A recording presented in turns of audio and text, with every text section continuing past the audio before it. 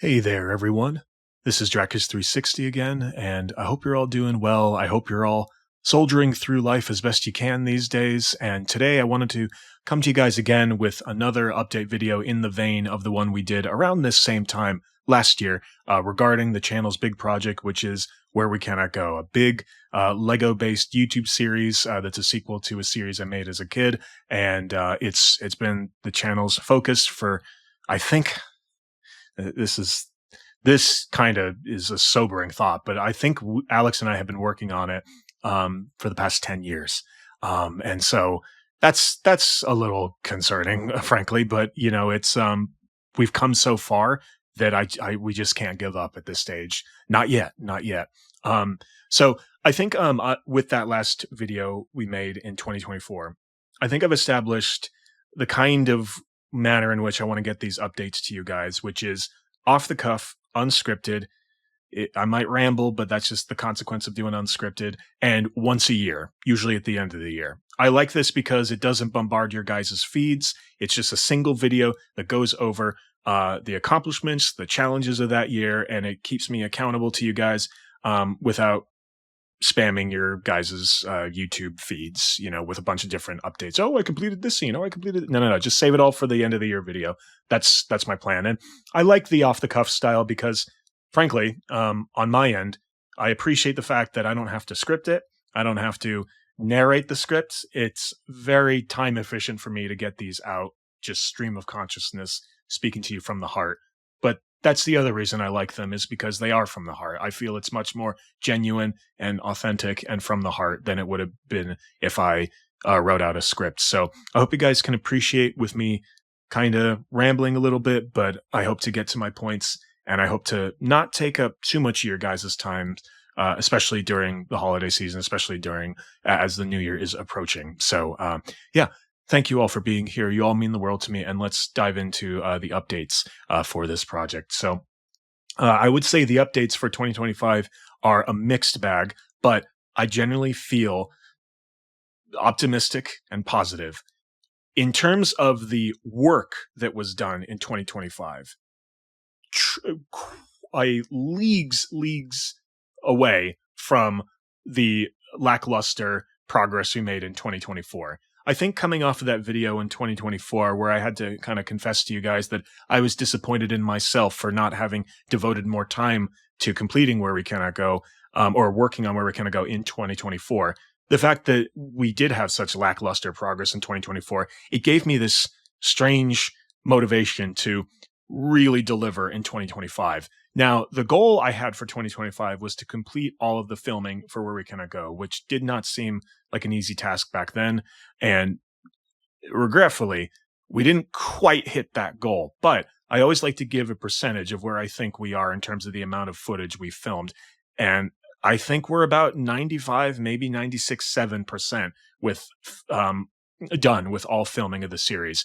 This year, I think this, in terms of filming, this may have been the most productive year I've had with this project. Not just in terms of the volume of footage. Well, I don't know if anyway, we did a lot done, but it's not just a matter of volume. I say that because I remember one year where I was filming in the old house of What We Cannot See, which is the predecessor series to Where We Cannot Go. That wasn't so much a productive year as it was a really productive set of months. Anyway, it's not important. It's not important. What is important is that not only did we complete a huge volume of remaining scenes that needed to be filmed, but we completed the hardest scenes. By far, the hardest, most difficult scenes of the entire series are done. They're filmed and they're done. These are some of the scenes that I was dreading filming. When we wrote the script, I thought, how on earth are we going to film these? And there was just this sense of, we'll cross that bridge when we come to it. We'll figure it out. Press on. So those scenes we got done, and that to me was a win. Even if we fell just shy of our target, it still feels like a major win this year. But I do have to temper that enthusiasm with the bad news. If you guys have been monitoring the channel or following the channel, you may have seen that I posted a text post on the channel a while back describing that one of the external hard drives, USB hard drives that we store footage for the series on, one of those drives malfunctioned. And it malfunctioned back in March or April, I forget when, but spring of this year, um, it it malfunctioned. It actually malfunctioned in the middle of a data transfer. So this is where I have to offer a uh,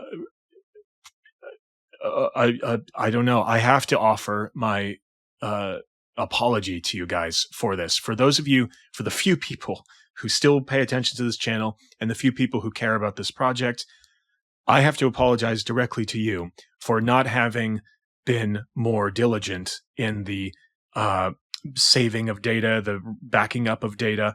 For a while, we were doing a pretty good job of backing up the data precisely because I was afraid something like this might happen down the road. So we had two external hard drives, USB. I think both of them are 1 terabyte.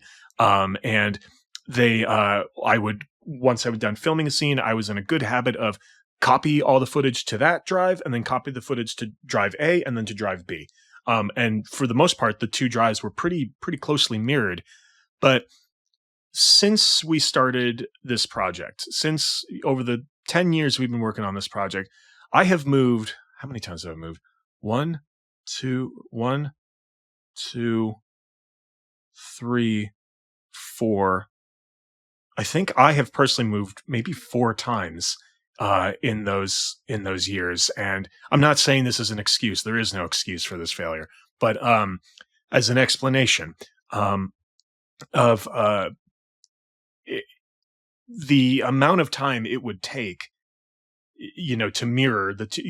Basically, the whole point is that at a certain point, I got out of the habit of backing up onto both drives because it's very time consuming. And a lot of times when I was filming, I had to grab the footage and go. I had to run, like I had, sometimes I was running really short on the clock in terms of access to a specific location to film. And so it was, a lot of times I just had to say, okay, I've got it stored on this drive. I'll back it up later. And that procrastinating attitude is what led to this problem, because there was one drive that had maybe about 60% of the data backed up. And then there was another drive that was kind of the master drive. And that one had all of the data up until that point backed up on it. And the one that had all of the data, that's the one that malfunctioned. So I'm very sorry. I am very sorry that I let this happen. And I am kicking myself and angry with myself that I let this happen. When I saw that malfunction message appear, the progress bar went red and there was an error message, I was sweating bullets and in panic mode. So it was a scary moment because this project has been my baby, and it's been something I've really wanted to share with you guys. And I've been devoting a lot of, anyway. What's the solution? How are we going to fix this issue? So I realized that I don't want to mess with this drive anymore. I'm not going to try to repair this on my own. I'm probably going to, if I did that, I'd probably destroy it. So I removed the drive from the computer. And at that point, I started calling around different data recovery centers. One place I went to, they wanted to charge me by the day. I said, F that. I'm not doing that. I don't know how long this is going to take to repair. But I found another place eventually that I was pretty happy with. They have excellent reviews, 4.9 out of 5 stars. There are people who, on the reviews, they comment stories similar to mine, where they brought in a drive that had tons of video footage. And these guys, according to this commenter, were able to recover all of the files, all of the footage. And then I called them, and they're not billing me by the day. They're saying, you only pay us after you verified that we've recovered all your data. And so that made me feel safer with them. It made me feel like they're not trying to take me for a ride. And so I brought it in, and they said, we'll take a look at it and we'll let you know. This was back in March or April, whenever the drive malfunctioned. And so I thought that, yeah, it's going to do a number on my bank account, but at least I'll be able to recover the files fully and hopefully in a expeditious way. Hopefully I'll get it done fast, Well, it has taken quite a bit longer than I ever thought it would. So the whole saga of this was, after I brought in the drive, I would call them each week asking for updates. Hey, how's it going? how's the drive doing? What's the status? What I've appreciated about these guys, and I'm not going to share their company name because I don't want to dox them or anything, but what I've appreciated about them is that they always pick up the phone whenever I call them, and they're always very honest and frank in that they never overpromise. They are always setting the expectation of, we can't promise that this is going to be recoverable, but here's the update. And so they're probably sick of my voice at this point, but I would call, weekly or bi-weekly. I would always call in and say, what is the status of the drive? So the status has been, since I brought it in, I should say, initially there was a part that was necessary. It's an old drive, apparently, and I guess it's mechanical. The mechanics of it are a little unorthodox compared to how external hard drives are made these days. So it had to get in a special part that was necessary for reading the disk on the drive. Once that part was ordered, they moved it into like a lab environment at their office and controlled conditions, and now they are in the process of imaging the file and bringing the data onto a newer, safer drive. Hopefully, my understanding of that is correct, but they have the ability to, as it's imaging, they have the ability to push the drive or give it a little kick and hopefully stimulate it a little bit and get it to move faster and grab data more quickly. Now what they've told me is when they do this, sometimes the drive can respond well, and other times when they do it, it destroys the drive outright. Now, before I learned that, apparently their engineers felt comfortable enough with it that they did attempt this push on the drive once, just to give it a little nudge and see if it would move and cooperate. And apparently it responded very well. They told me we did give it a little push and it did accelerate. But now, from what I understand, it's basically slowed to kind of a snail's pace in terms of grabbing the footage. But it is still going. And ever since I brought it in March, every time I call in, they keep telling me it's still going. To use their language, it's still grabbing zeros and ones. It is still progressing. It's still imaging. So I feel better about that. They always tell me, they say with this drive, it's an unusual drive. The mechanics are strange. And they say this drive could finish tomorrow, or it could take another couple months for it to drive. It's really unpredictable. I'm not going to pretend I understand the mechanics or the software of what they're doing. I'm not going to pretend I understand it. I'm going off of what they share with me, and I appreciate the fact that they've been.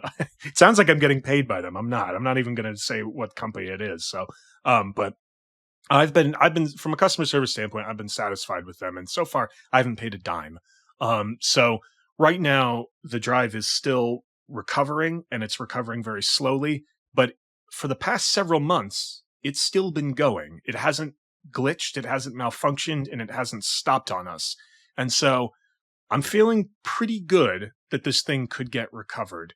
But it's uncertain at this point.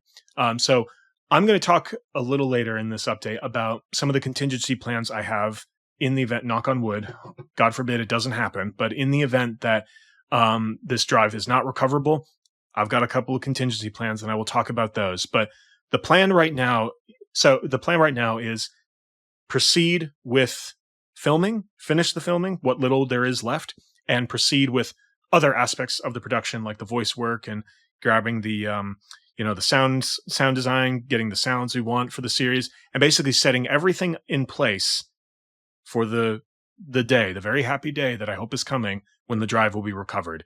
Basically, I'm not going to let this thing slow down our progress. I'm not going to stop. I'm just going to press ahead and hope for the best. I think part of the reason why we were not able to finish all of the filming this year is because while the drive was in recovery, I thought, well, I don't want to waste time on where we cannot go if the drive is going to fail and then, the whole project's a bust. So I said, I'm just going to wait and see what the engineers say. And then a month went by, and then another month went by. And then I realized, I don't think I'm going to get a resolution for this for quite a while. And that's when I decided I'm going to press ahead and I'm going to just keep filming. So where am I putting the footage that we filmed now? Rather than put it on any of the hard drives, I'm putting it on my desktop. It's in a folder on my desktop. It's sorted by episode, by scene. So all the footage that we filmed this year that was not able to get backed up is on the on my computer and it's safe. And so I have that saved. Sorry, I'm near a window and you might hear some cars. There's a fire engine driving by. But so the footage that we filmed after the drive malfunction is safe. It's just the stuff that's on that drive that is, oh my goodness. Well, what can you do? There's a siren going by. So, but the footage that is on that drive that is in recovery, a lot of it, there is no other place that it's been backed up. Again, I feel terrible, and that's on me. There's no other place it's been backed up. And so we need this drive to recover. If it doesn't, the project is over. And this is very much a case of I'm leaving it to God. I'm leaving it to the universe. Whatever happens, it's in God's hands now, you know? So there is at this stage, there is no way to recover the footage if this drive, there's no way to refilm. And I'll get to that in a little bit. There's no way to refilm this footage. We need this drive to recover. And if it doesn't, it's over. But knock on wood, I feel good. I feel optimistic. Signs are pointing in the right direction, even if it's taking forever. So I think it's important to talk about some of the contingencies that I have planned for if this drive collapses. This series was envisioned from the beginning as something visual, visual storytelling. I just feel like that's how this series has to be told, or it should be told in a visual way. But there's a reality, there's a possible reality where the drive is not gonna work, and we have to explore other options. So in the event the drive doesn't work, plan B is I'm going to write out the series as kind of like a novelization, kind of write it like a traditional book, you know? It's not the format this story was meant to be told in, but that's how I'm going to do it. And then once that is completed, I'm going to narrate it on the channel as a kind of audiobook or pseudo audiobook. And then I will just upload it episode by episode, and the episodes will essentially become chapters, and I'll, or maybe something like that, because there's different subplots in each of the episodes, and we'll see how I do it. But, that's the plan if the drive doesn't recover. Now, I hate to get morbid and I hate to get, grim about this, but I also have to contend with the possibility that, God forbid, something happens to me. I'm knocking on wood. I have a wood table here. I'm glad that I do. But if anything were to happen to me, God forbid, before we finish this story, before we delivered the story to you guys, the plan C, the absolute last resort, is I've given all of the scripts of the series to Alex. I don't think I properly introduced Alex at the start of the video. So Alex is my dear friend and collaborator with whom I've been working on this project since the very beginning. And I'm genuinely stunned that he's still committed to it. And I love you, brother. I really do. So he knows the story. He knows it from beginning to end. He helped me come up with the story, and he helped me edit the scripts. And he has copies of the scripts. So God forbid anything happens to the drive, and then God forbid anything happens to me that might render me unable to tell the story in the way that I want it. Alex is going to share, maybe on his channel or on in some way, he's going to share the scripts of the series, all 16 episodes that we have planned. So at least that way you guys can read the story, or the story that we had planned, in script form. So again, I hate to be morbid about it, but I am so committed to getting this story to you guys in some way that I just have to plan for everything. I will get this story to you, or I will die trying. That's where I am. So, I guess pivoting off of that, I don't have an elegant segue into the next topic off of that. There's a lot of sirens today. My goodness. But I did want to talk about, some of the footage that we got filmed this year that makes me feel really good that we're in a good place on this series. I've often talked about a very, very, very long scene that takes place outdoors for the series that, it was the longest scene of the series, and it was really resource intensive, extremely difficult. I won't get into all the challenges that scene posed, except for the weather. weather was the main roadblock to completing the scene for the past 2 years. Every time I would attempt the scene, weather would thwart me. And it would usually be rain or wind that would reshape the landscape and break continuity. Because it's not full stop motion, this series, but it's kind of a minimalist stop motion where you can just see the characters kind of gesticulating as they're delivering dialogue. It's not super smooth, but it's how we've decided to go about it. And the problem is that itself is very time consuming and takes time to get to the place. It takes time to set up all the props and all the figures. So there's a lot that goes into the setup and the taking down of things. And also you have to contend with sunlight. You only have a certain number of hours to film each day. And so when you couldn't film the entire scene in one day. Oftentimes it would take like 6 days. And ideally those 6 days would be consecutive. So I'd need a week off from work to do this. And that was usually no problem. But the problem was when the weather would come in. I would request 2 months in advance. Hey, I need this week off from work. And then I don't know what the weather's going to be like. I just have to hope it cooperates. And for the past 2 years, the weather was not cooperating. By God, this year it did. And we got that scene done. I think this was the scene I was dreading the most in the entire series. And it's done. And I cannot tell you the weight that was lifted off my shoulders when we got that done. So that felt amazing. There was another scene, very, very challenging, and a scene or a sequence that we just, how are we going to film this? I don't know. We'll find a way. We had to get creative, but I'm happy with the result, and we got it filmed. And that was another scene where it's like, I don't know how we're going to do this. And we did. And I feel fantastic about it. And then there were several other long sequences that still needed to be filmed this year, and we got those done. We are basically down now just to a specific type of scene that recurs throughout the series. I won't go into details on what it is. It's a bit of a plot, not a plot spoiler, but it's something I want you guys to see in its proper context. There's a specific type of scene that recurs throughout the entire series, and it requires a very special setup, but I think we've got a solution. I had to get a little, this one was it was challenging in its own way, but excuse me. I don't think it's going to be anywhere near as difficult and uncomfortable as some of those outdoor scenes were to film. So I'm feeling very good that we should have that done. I hope by the end of January. of 2026. That's the goal. But once that's done, it's done. The filming is done. So that's where we are in terms of the filming progress. But this relates back to the drive that's in recovery. Because of just life and downsizing and all the moves I've gone on, I've had to, keep in storage all of the props and figures that were being used over the course of this series. And I'm not exaggerating when I say my entire Lego collection, which I had accumulated.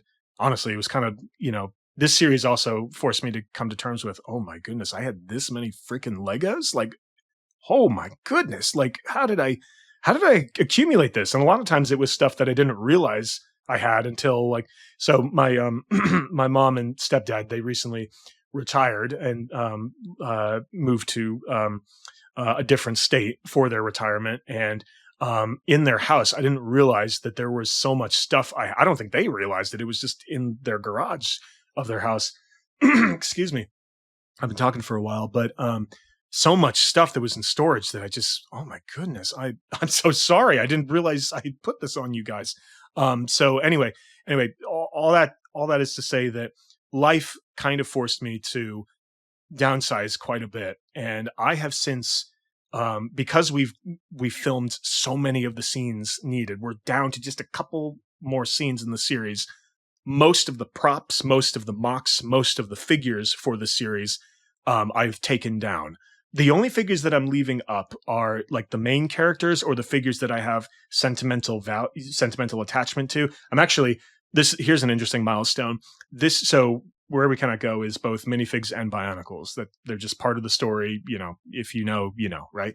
But this year we completed all scenes that include minifigs in them. So all of the scenes that have minifigs in them are all done. So I disassembled the huge volume of minifigs and Lego props that I had built for those scenes. I disassembled it all, and I basically kept a very small few I basically kept all of the named minifig characters in the series and a couple of little extras that I wanted to hang on to. I'm looking at them right now. I have them hanging up on my wall in a little display case, and that's like my little memento. Hopefully I can keep once this project is all done.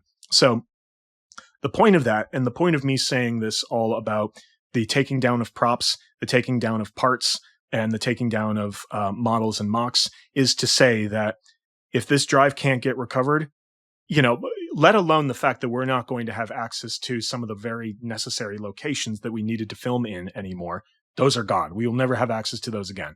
So aside from that, I'm not going to have access to the figures anymore because I've sold most of those off. All the loose Lego parts, I had to sell them, and I had to sell them quick. I made, a nice chunk of change. It's certainly not as much as I would have made over the course of many years had I set up a full bricklink shop, but I didn't have the time or the means to do that, to catalog everything. I had to downsize quick, and I had to get rid of stuff fast, and so, but that's where we are. And the only props that remain intact are the figures that I need for these last few scenes that we need to film. Once those scenes are filmed, I'm taking apart everything except for the most essential, the main character Bionicle mocks, and the mocks that I have the most attachment to from the course of this series, and I'll put them on the display probably somewhere where I live.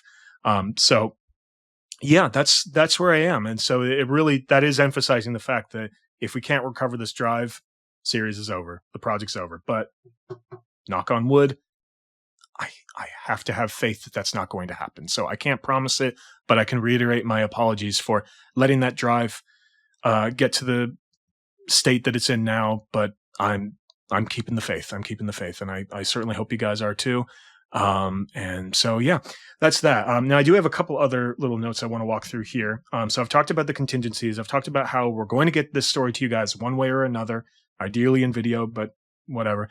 I did want to make this note, and again, I don't mean this to sound virtue signaling, and I realize that it could be interpreted that way, but we've been working on this project for over 10 years, and a lot happens in 10 years. And one of the biggest things that has happened in 10 years is the rapid explosion of AI. And I don't need to tell any of you guys who are active on YouTube how much slop there is on YouTube of this AI nonsense. I, at the risk of sounding like a Luddite, someone who's really skeptical of technology, at the risk of sounding like that, while I can see some benefits to AI, I think it's overall a colossal net negative for the world. I'm going to stand by that for now until I see evidence to the contrary. I think this is a harbinger of terrible things to come, especially for people who are creative and want to make creative things. I'm really personally, I'm kind of terrified of it.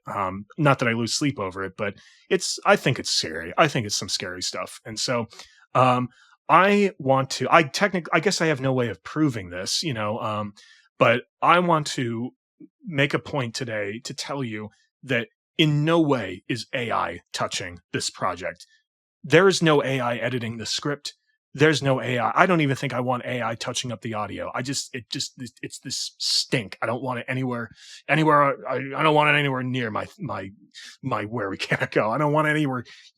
You AI, don't touch my Bionicles, like you stay away, right? I feel really strongly about this. And I want to let you know, we're not having AI touch the video. We're not having AI touch the audio. We are not having AI touch the script. Now, I think there's no such thing as a perfect script. There's no such thing as a perfect movie. And I certainly don't think that's the case with where it's going to go. I think there will be myriad imperfections with it. I think what I'm hoping is that you guys will like the story and you will like the characters enough to look past those imperfections. But recently, with the dawn of AI, I've come to see those little odd quirks of a script, like the little imperfections of a story, or when someone makes something, and you see those little rough edges. I've come to see that as a sign that it's made by a human. It's made by a human being. And in a way, I kind of see those as a marker of, well, of quality, of genuineness, of honest creative work. And that's what I want Where Can I Go to have that too. I want it to feel authentic. It might have a couple warts. I really do feel good about the story though. I have to say that too. Alex and I think we've really honed in on what makes this story good, and we have a good script, and it won't be without flaws, but I still feel on the whole pretty good about it. And that's very different than how I feel about What We Cannot See. Over the past 10 years that I've been sitting with Where We Cannot Go, my feelings to it have generally been pretty positive. So anyway, I don't want to sound self-congratulatory there, but my point is, I do want to reiterate that AI is not touching this. I want AI to stay far away from this. I realize AI can do great things with audio. It can do great things with visual effects. It can do good touching up, editing things. But I don't want it anywhere near it. I don't want anyone near it. So that's where I stand on that. And I want to make that clear to you guys that I want this to be in the vein. I kind of, well, yeah, no, I was going to go on a tangent. I'm going to spare you guys that. This is already a long enough video. So yeah, that's my stance on AI. And then I think the last thing I want to talk about is a little story update. So every time I do one of these videos, I like to give a little bit of insight into the story, non-spoilerish, maybe introduce a new character, and talk about some story developments. Now, I gave away a lot of story details in the last update. None of it's spoiler. It's just it's the basic premise of the story that I basically talked about in the last update video. I'm not going to give any spoilers today, certainly, but I will introduce actually a couple of new named characters to the series, and we're actually getting to a point where there's not many more new characters I can talk about. Actually, we're every year that I do this, I introduce a new character, and we've almost run through the entire roster of new characters. So today I want to talk about, I feel it's safe to talk about 4 new minifig characters that you may have seen in some of the images that I've shared on past updates or on channel posts that I've done. It's these 4 guys here. I'll find an image that captures them all and puts them in front of you guys. So these are 4 minifigs that are in the house of What We Cannot See, or come from the house of What We Cannot See. Also known as the New Land in that story.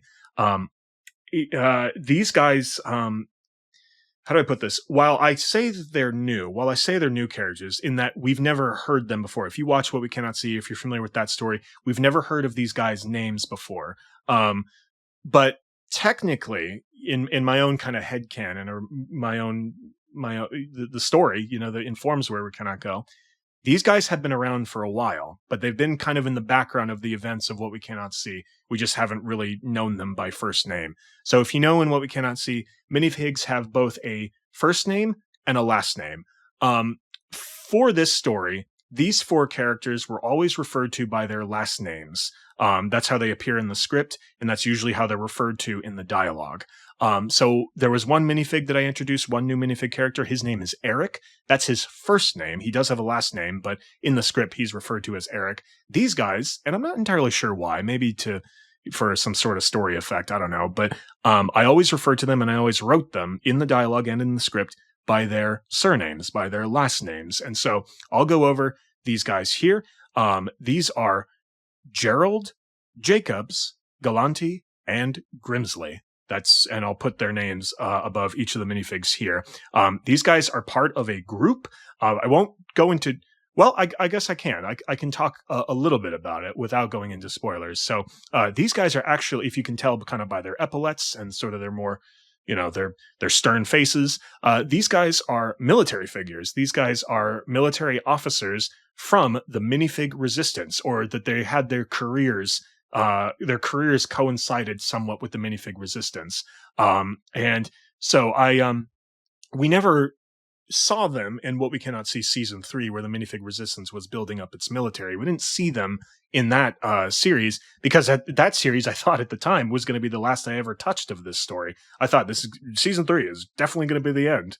Yeah, it didn't quite work out like that. Didn't quite work out like that. So I did not plan these guys, certainly, into the story of What We Cannot See season 3. But when Alex and I said we're going to continue this story, we want to continue this story in the form of Where We Cannot Go, one of the ways that we wanted to develop that story was through these characters. And so these guys are, I'm going to put some images on screen. I sort of imagine that these guys might be at, they might be some of the figures at the table of officers in this scene with Mike from Mike Bates, Prime Minister Mike Bates. Oh God, that series, man, that's a trip, man. Mike, who is a central minifig character in What We Cannot See. There's this scene from season 3 of What We Cannot See, where he is giving a briefing to all of his top generals. And I would imagine some of these 4 new characters might be in that group of close advisors to Mike. And then some of them might also be just officers in the army, and maybe we just never quite identified them in What We Cannot See season 3, but they're there. So that's kind of the background, and that's their connection to What We Cannot See. But in terms of them being named, they are new to Where We Cannot Go. And I kind of like that as a way of establishing continuity with What We Cannot See, that the minifig resistance and the people from the minifig resistance still have a role to play in this new world of Where We Cannot Go. And so that's who these guys are, at least their background. Now, who they are in the story, I think I want to hold off a little bit on talking about their role in the story, because I want you guys to experience that. You've probably seen a couple images, or I think I've shared a couple images. These guys do have a relation to Eric, who's the new character, the new minifig character that I talked about in a previous update video. But beyond that, I'm going to leave it at that. Just these are 4 new minifig characters that were present and may have even fought in the war against Gavla, Gavli in the new canon, or in the new kind of established canon for the series. We had to rename her because Gavla is actually an official Bionicle character. And so to make that break, we changed, there are some recurring characters in Where We Cannot Go. And they're the ones that I want to talk about the least. I want to say the least about them, because I kind of want it to be sort of maybe a surprise when you see this new character come back. Anyway, that's or return for Where We Cannot Go. So I won't talk too much about the returning characters, but Gavla was the main antagonist of What We Cannot See, and the stuff she did in that series was so consequential that there is, even though she's long dead, even though she's been defeated and she's not coming back, her effect on the world and the consequences that her war with the minifigs had on the world, means that she is often mentioned by characters in Where We Cannot Go. Oh yes, I fought in the war against Gavla, whatever.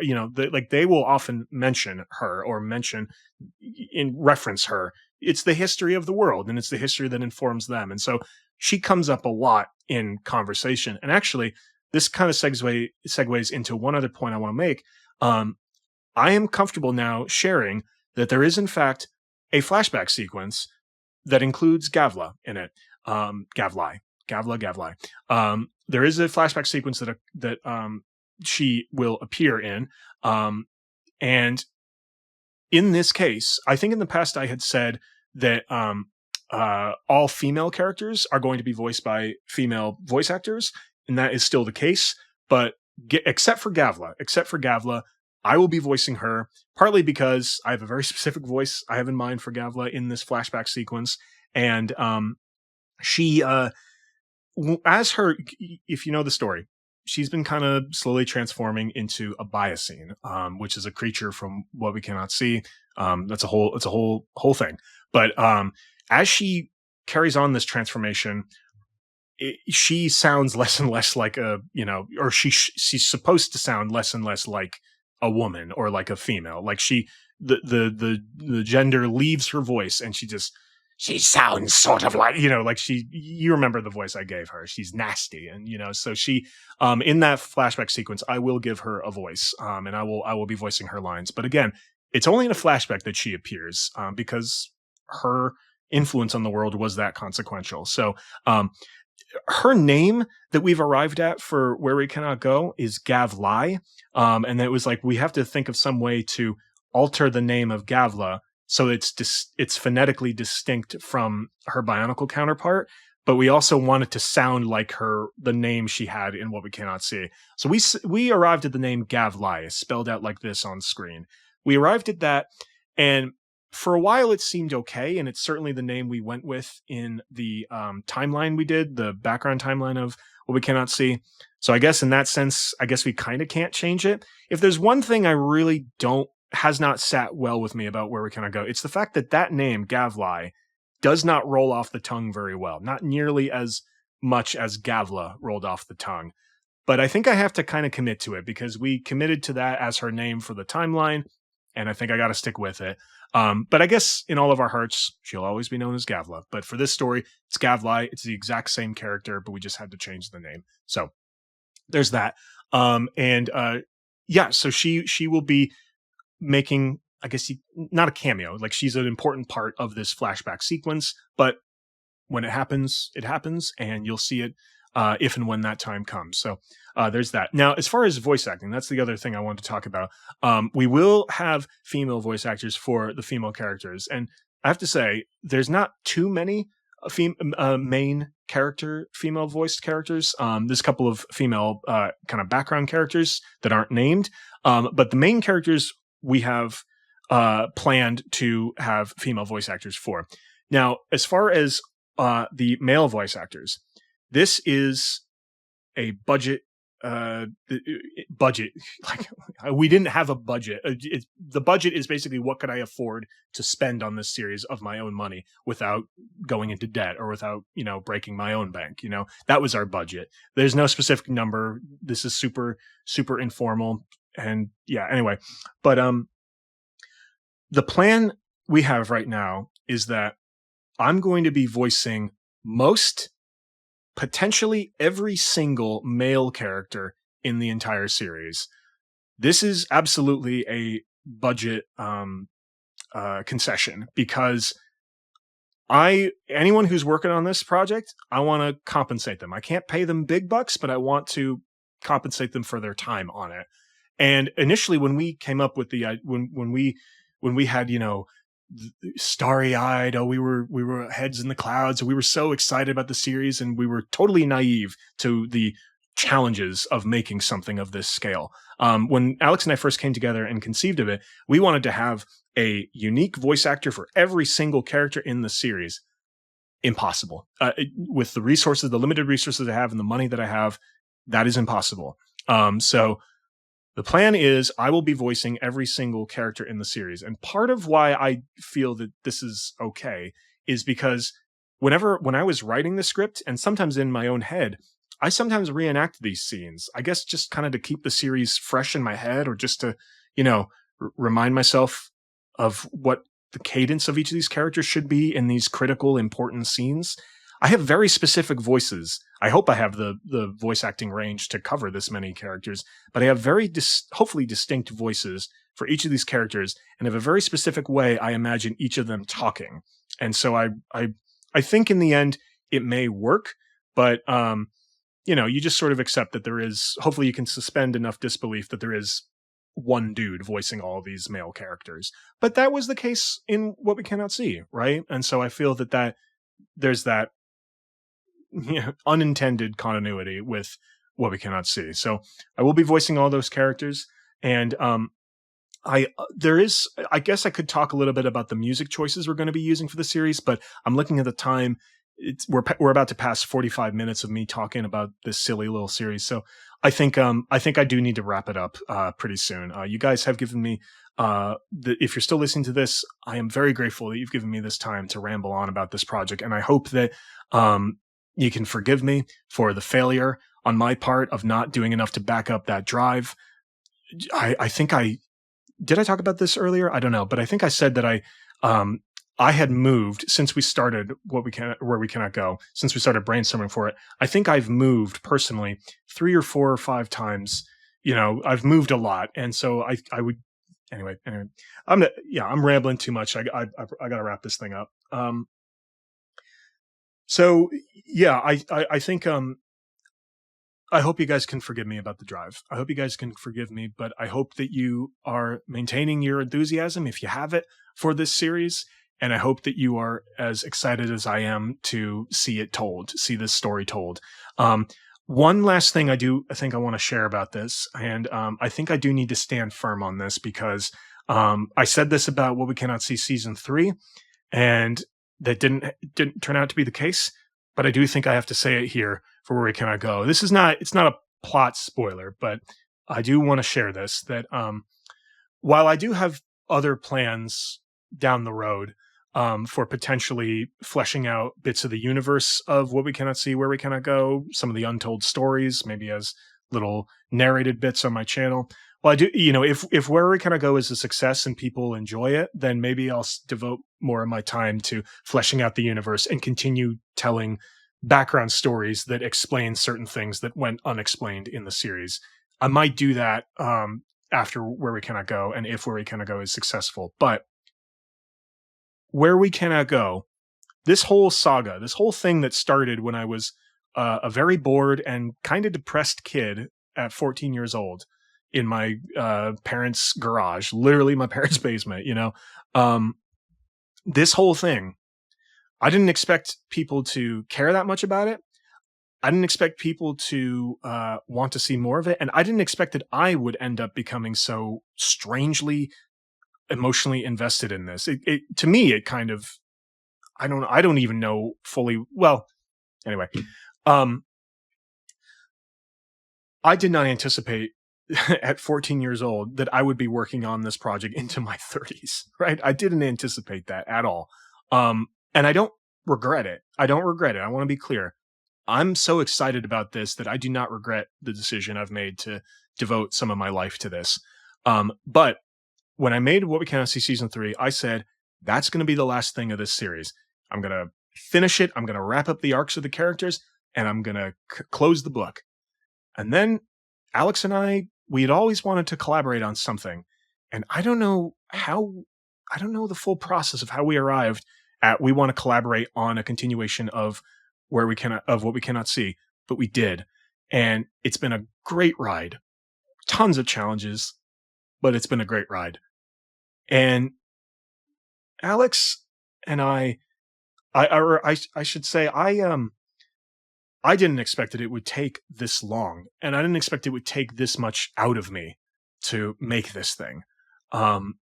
And the way we've designed the story is that this story, Where We Cannot Go, in the chronology of this universe, from the beginning of the universe to the final moment in the story of the universe, Where We Cannot Go is the last story in the chronology of this universe. In other words, there's nothing that comes after the timeline, after Where We Cannot Go.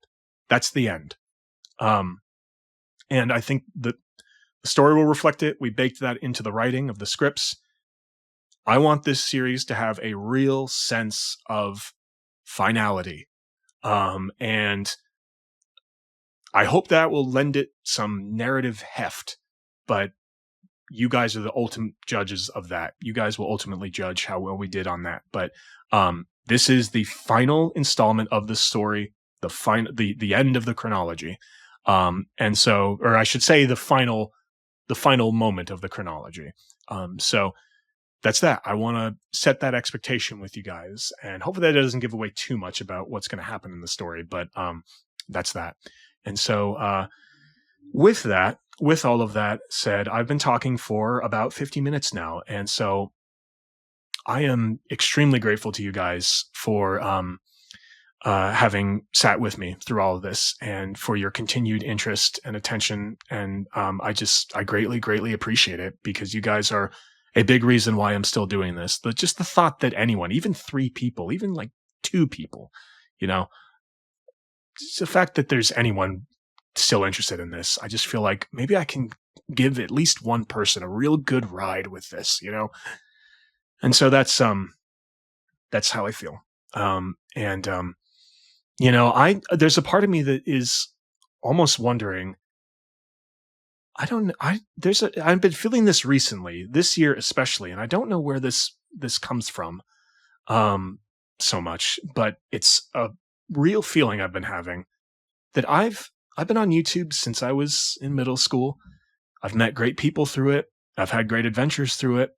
And it was a great place a long time ago. And in many ways, it is still a tremendous place. But the longer I live, the more disillusioned I am with YouTube and the more disillusioned I am with this video sharing process. And I don't know what it is. Maybe it's just a mood I'm in and it'll pass.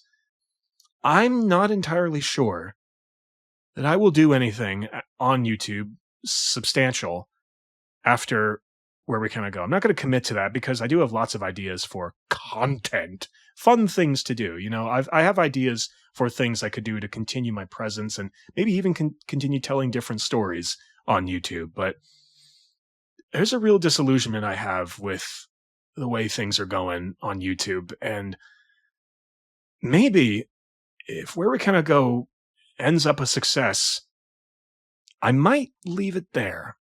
I might just make that my final bow. I'm not sure. Don't hold me to it. I'm not sure that that's going to be the case, but it's a real feeling I've been feeling. And the fact that Where We Kind of Go is the final point in the timeline of this universe, it makes me, and the fact that I feel so good about it, it makes me feel like I can put this whole saga of this channel, I can give it a good, healthy, heartfelt conclusion. So anyway, this whole thing is turning very sentimental. So, but honestly, I expect this is a mood that'll pass and I'll get back into YouTubing, but there is a certain disillusionment I have with YouTube right now and the way things are going. And I don't know. So, but, not to sound too foreboding. The summary is, everyone, we've made tremendous progress in 2025. We do still have that unfortunate issue with the drive that's still in limbo, but again, I feel good about it. And once again, thank you all for spending some time with me and listening to this. If you have all the way through, I appreciate you guys like you cannot possibly know. And I really hope that if and when this thing gets done, I want to take you guys on a journey. I hope this will be exciting for you. So that's what I want to give to you guys. So hopefully we can measure up to it. So anyway, have a very happy New Year, everyone. As always, stay safe. If you're going to drink responsibly. And wishing you guys all the best. And I hope that we don't have much longer on this thing because we really don't. We really don't. So anyway, thanks all for watching. Have a great, happy New Year. And we will be in touch. Take care, everyone. Love you lots.